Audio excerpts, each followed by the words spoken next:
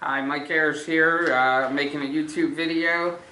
Speaking for myself. I'm not representing any agency, organization, department, or any of the above. I'm just speaking on behalf of myself. I'm here to discuss the Borough of Spotswood request for proposals for their ambulance services, their RFP that was submitted and written back in 2015. It's up for ordinance. Since there's only 5 minutes to speak at the council meeting, I think the public should know some issues or concerns that I just saw in my observation of reading the RFP. I will start on page 4, general objective, scope and services. I'm going over the highlighted areas of concern or that stood out with me. First one was standby services and special events will not be separately billed item or require additional staffing, but will be attended by EMTs on duty. My professional opinion, all the civic events, be it a volunteer truck, a career staffed ambulance, you staff an ambulance with the crew, you assign that crew and you task that crew for their assignment. Their assignment's either to answer 911 emergency calls or civic events. Two different assignments, two different tasks. What the borough is saying in their spec is they're taking an emergency 911 crew off the road to staff a non-emergency civic event standby. Not to mention there's operational challenges that could affect the crew if they have to respond and abandon that other assignment, which is the non-emergency civic event, with the high flow of pedestrian traffic at that event, be it a football game, soccer game, parade, street fair. It's very dangerous going in and out to respond to an emergency call. So generally speaking, they assign a reserve truck and call in a crew just for that event. In the RFP, they're taking the 911 crew off the road and having it staffed at that civic event, and that's not a good operational practice in my opinion. Next we go to the call numbers. The Borough of Spotswood lists the call numbers in the RFP from 6 a.m. to 6 p.m. and then 6 p.m. to 6 a.m. Looking at the 2012, 2013, 2014 call stats from the borough listed in their RFP, each year is consistent. It's not exactly the same, but generally speaking, it's a 2-to-1 call ratio. So there's 2 calls, 2-to-1 call ratio. They usually receive double the calls from 6A to 6P, then 6P to 6 a.m. So that means during their peak call volume, the last council meeting, the EMS director stated on record that herself and her supervisor makes up a second crew to handle those peak call volumes Monday through Friday. So I would like to know why the RFP doesn't spec out a second crew to be in the borough during those peak call volumes. And that has a lot to do with the bidding price. The council saying, well, it's cheaper to go with the private agency than our in-house. Well, no, it's not. It might not be because you're not speccing out what you're providing currently with your in-house department. So if your in-house department's has 2 crews available in-house, on staff, vehicles, crews in the borough of Spotswood, then your vendor should have 2 crews during the peak call times. And that would drive the price up. So you're really comparing apples and oranges with the call stats and the crew specifications, what you're requiring your vendor to do and what you're requiring what you are doing with your in-house crew. So I want to address that issue. Second, we'll move right on. Section 1.0, obligations of contractor. It states 1 primary ambulance is ready and to go, readily available. Well, it's not readily available if it's at a standby. Moving right along, the appropriate emergency medical technicians are required to be on site. Well, it doesn't say what site. What's the site? Is it a parking lot? Is it a borough building? Is it the warehouse? Is it an additional building? What site? What do they mean by site? It's not specified.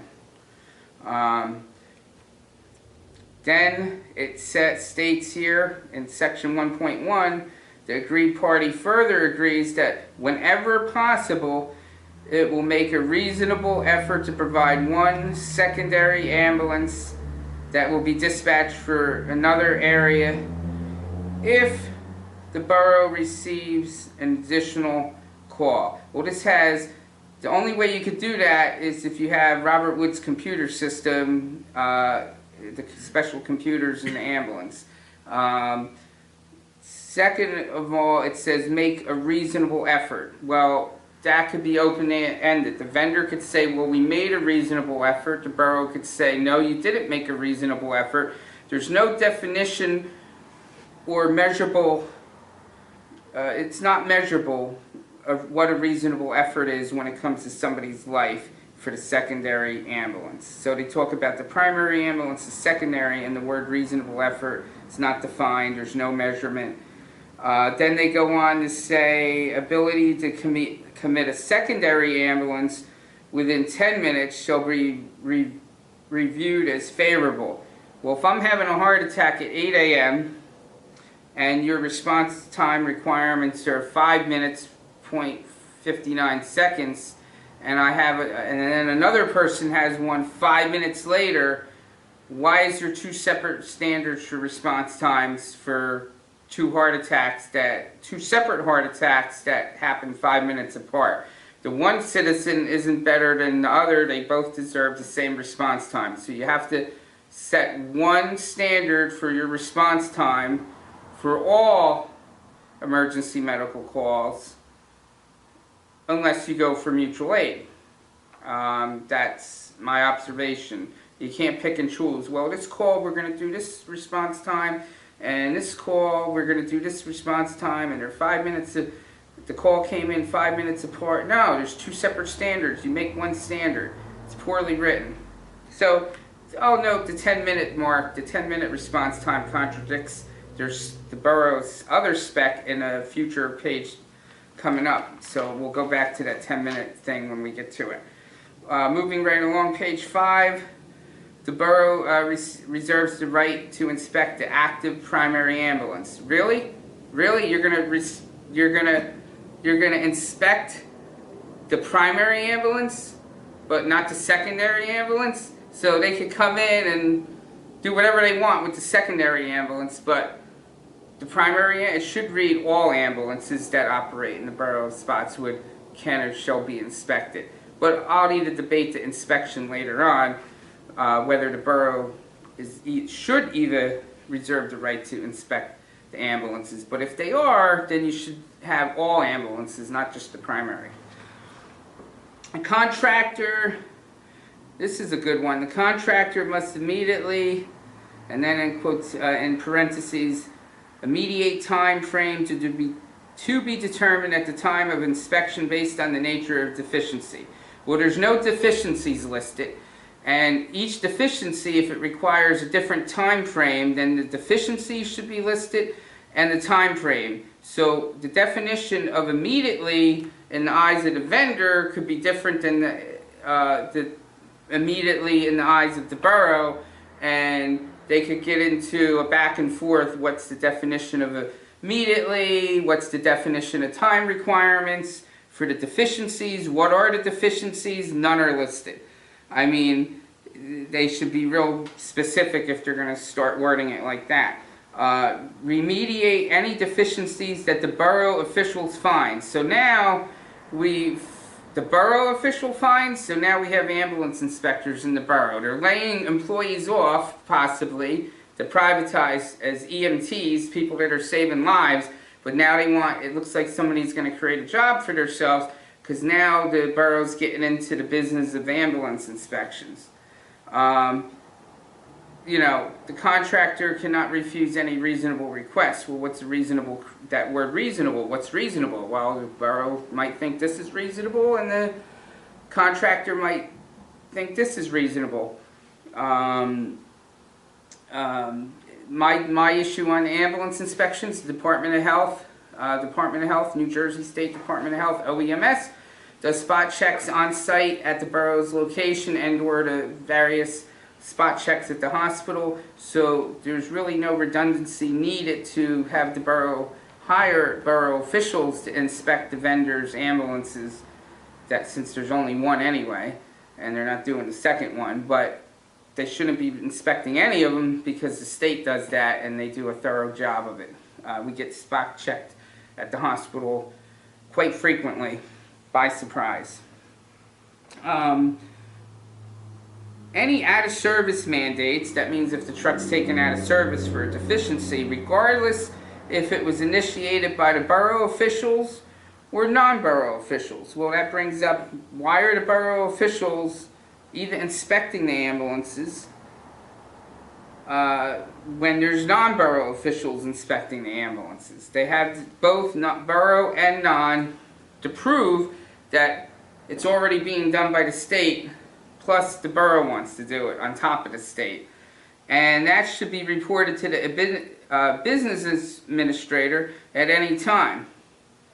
Well, it doesn't say the next business day, it just says it should be reported. Moving right along. 2.0, dispatch and hours of service. 2.0. 2.1, cooperation with the Borough Police Department. This is really, to start off, it's the first line, if the Borough Police is present at any scene, the Borough Police officer will have full command. It says any scene, they will have full command. And this could be debated within the industry. In the state statute, if it's a fire scene, the fire department's in charge, not the EMS. If it's on the highway, a motor vehicle crash, yes, the police are in charge. Anything on a highway, state statute says that. Medically, just for a sick person call at a doctor's office, the highest medical, if it's just non-criminal related, non-accident related, non-fire related, the highest medical command's in charge. That's why they have EMTs and a crew chief and EMS supervisors and EMS directors and paramedics. Whoever's the highest medical authorities in charge. At a major scene where all the agencies are together, a big scene, the ICS sometimes calls for what's called a unified command. It means the fire chief, EMS director, police chief, they're all at the command post making joint decisions. So everybody works together and all the decisions are made from one command post. But to have the police in charge of just a typical first aid call, one resource response, doesn't make sense. Having the lower medical authority in charge of the highest medical authority, that just doesn't make sense. A lot of boroughs have their own ordinances saying EMS is in charge on a first aid only call. But this doesn't make sense at all. In RFP, why have an EMS supervisor if you're going to have a non-medical police officer be the incident commander of the medical crew? I just don't see the point of that operationally. And the police do a good job and everybody does a good job and works together anyway, but to have that requirement, it's very odd. Moving right along. Transfer, okay, so the contractors require to transfer, the contractor, the borough, is requiring the call to come into the police department, the initial 911 call, which the police have the ability to transfer the call to the contractor's fully functional PSAP center. The PSAP means Public Safety Answering Point. That's a 911 center, staffed by certified emergency medical dispatchers.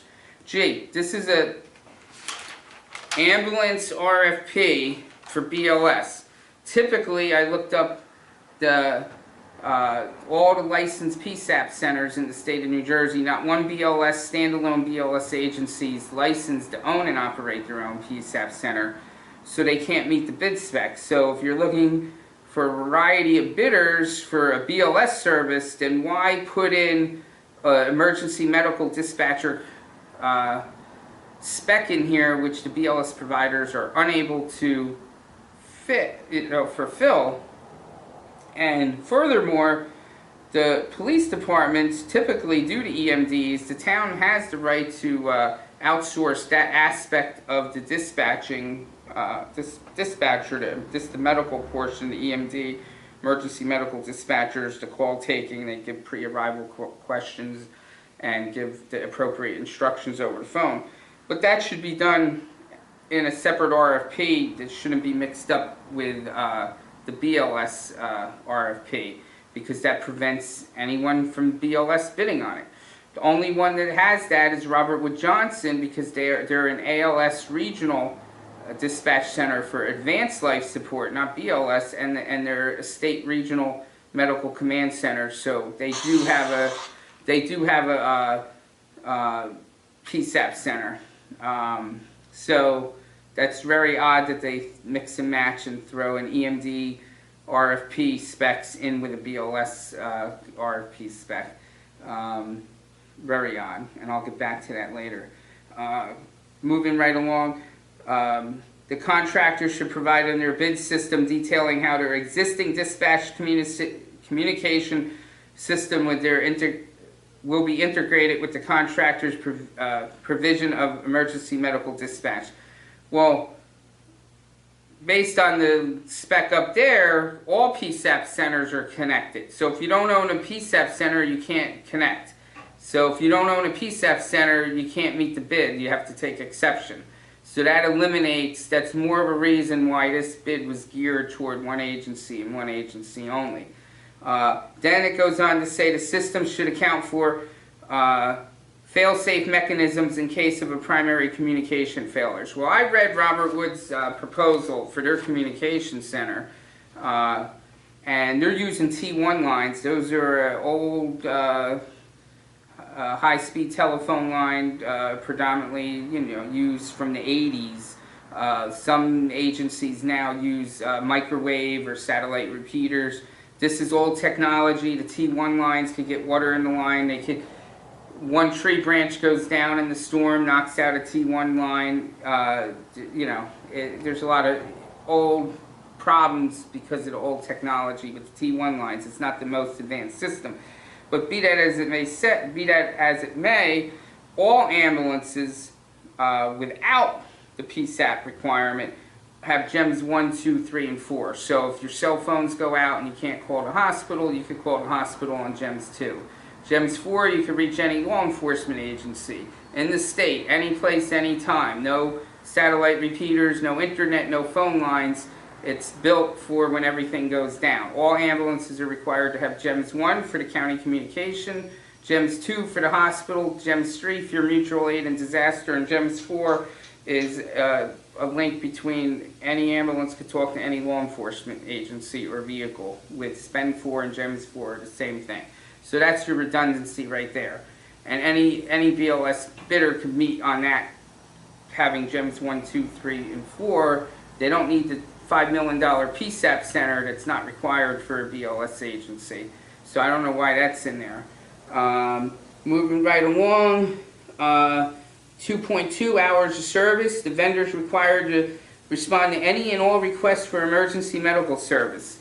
Boy, if I was a vendor, I would have to take exception to that, because if there's a bus accident, I can't respond to that with one ambulance.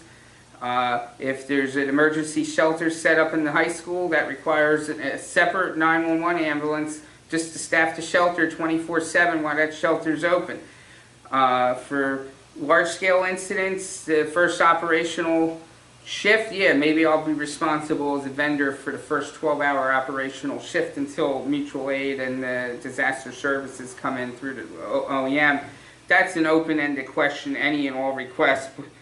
I would have to take exception to that if I was a vendor, because it's not detailed, it's to anything, and it's vague. 3.1, primary ambulance response times. Accordingly, response times in an efficient emergency medical system should be below the national average. The average response time here listed again for 5 minutes 59 seconds and no less, 90% of the time in any given 168-hour time period. and may never exceed 9 minutes 59 seconds. Well, over here they said a 10-minute response time, so they already contradicted their previous RFP spec from this page to this page. Furthermore, they don't list when the response time starts. Does it start when the 911 call received to the time the ambulance gets to the scene, arrival time to the scene? Does it start from when the EMS BLS contractor gets dispatched from that time to when they get to the scene? Or does it start when the truck calls in service and moves from point A, and then point B is when it stops at the scene? So there's three types of response times EMS is measured. Which one is it? It's not even labeled in the RFP. So if I was the vendor, I wouldn't even know. It just says, it talks about EMS response time. I looked up on the state guidelines. The definition of the state of New Jersey's EMS response time through the Department of Health on their EMS charts is from the time the truck starts moving until it stops moving and arrives at the scene. That's defined as the EMS response time. Most agencies or most towns clock it from when the agency receives the call, not when the 911 call comes in, because they're not responsible what happens prior to their unit being dispatched. But that has to be defined definitely in the RFP, which is not. The second, again, 3.2, we're moving right along. Second ambulance will make all reasonable efforts. Well, what's a reasonable effort for a second ambulance? I want to know whether one's coming, where it's coming, how it's coming. Reasonable effort. Well, we tried. That might not be good enough when somebody needs an emergency resource or asset. A reasonable effort. Open-ended, both for the contractor and the borough. Ability to commit a second ambulance within 10 minutes. Well, now they're saying a second ambulance in 10 minutes, but then they said over here may never receive no response time should ever exceed 9 minutes. But here they say 10 minutes, so they contradicted themselves there. Mutual aid. Again, accordingly, the bidder should provide detailed information as to how mutual aid requests will be handled, such that the local service responsibilities will not be compromised. Actually, this is poorly written. If I'm hiring a contractor and I'm writing an RFP, I dictate to the vendor how mutual aid will be handled. The bidder doesn't dictate to the borough how mutual aid should be handled. So it says that basically the bidder should provide. Why is the bidder providing mutual aid information? The borough should set the requirements on how mutual aid is handled in their jurisdiction, not the bidder. Here's my favorite. I mentioned this at the council meeting. 5.1 post location. Well, the word